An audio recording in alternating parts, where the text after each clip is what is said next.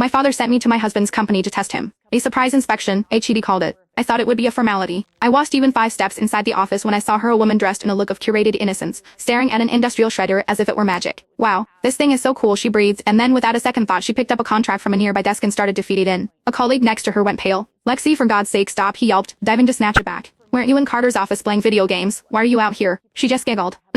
I got thirsty. As if on cue, her hand holding a full cup of water jerked. The entire contents splashed directly onto the main power switch on the wall. The office went dark, followed by a collective cry of despair from every cubicle. I grabbed the arm of a young intern. Who in the hell hired that woman? He immediately put a finger to his lips. Keep your voice down, he whispered, his eyes wide with fear. That's our boss's wife. Mr. Hayes' wife. I heard this whole division is technically hers. He gave me a weary look. Are you new? You get used to it. She usually just stays in his office and doesn't bother anyone. A sharp, pulsing pain started in my temples. If she was Carter's wife, then what was I? I pulled out my phone and dialed my father. Dad, I said, my voice cold and clear. Cancel the evaluation. Just tell Carter to bring the divorce papers to the office. The official story was a routine divisional review. A surprise audit, my father had called it, telling me not to feel any pressure, to just consider it a chance to get familiar with the assets. The real story, he was sending me to test my husband. I figured it would be a simple in minus and minus out. A formality. I badging with the credentials the front desk provided, the frosted glass doors to the main office floor hissing open before me. The first thing I saw was a woman. She was dressed in a white sundress that screamed calculated innocence, crouched in front of a heavy minus-duty office shredder, her expression one of childlike wonder. Wow, this machine is so cool, she murmured, her voice a breathy whisper. Does it just eat anything? Before anyone could answer, she reached over to a nearby desk and picked up a thick, bound document. From my angle, I could clearly see the cover sheet stamped in bold red letters, ACQUISITIONAGREMENT.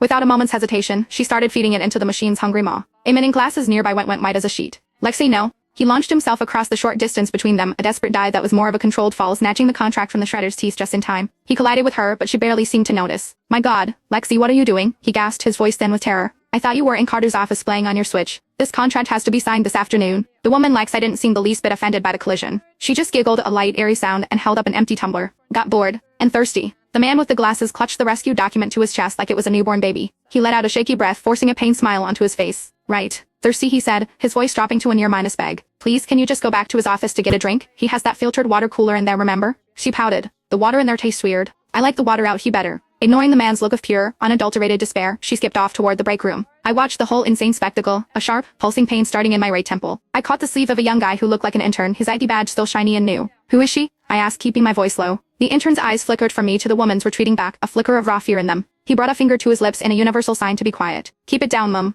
He leaned in, his voice barely a whisper. That's Lexi. Yes, mister. Hayes' wife. Carter's wife. The floor seemed to tilt beneath my feet. In that single moment, all of Carter's recent strangeness, the late nights he claimed were spent at the office, the way he was down on the nightstand, the vague distant look in his eyes, it all clicked into place with a sickening finality.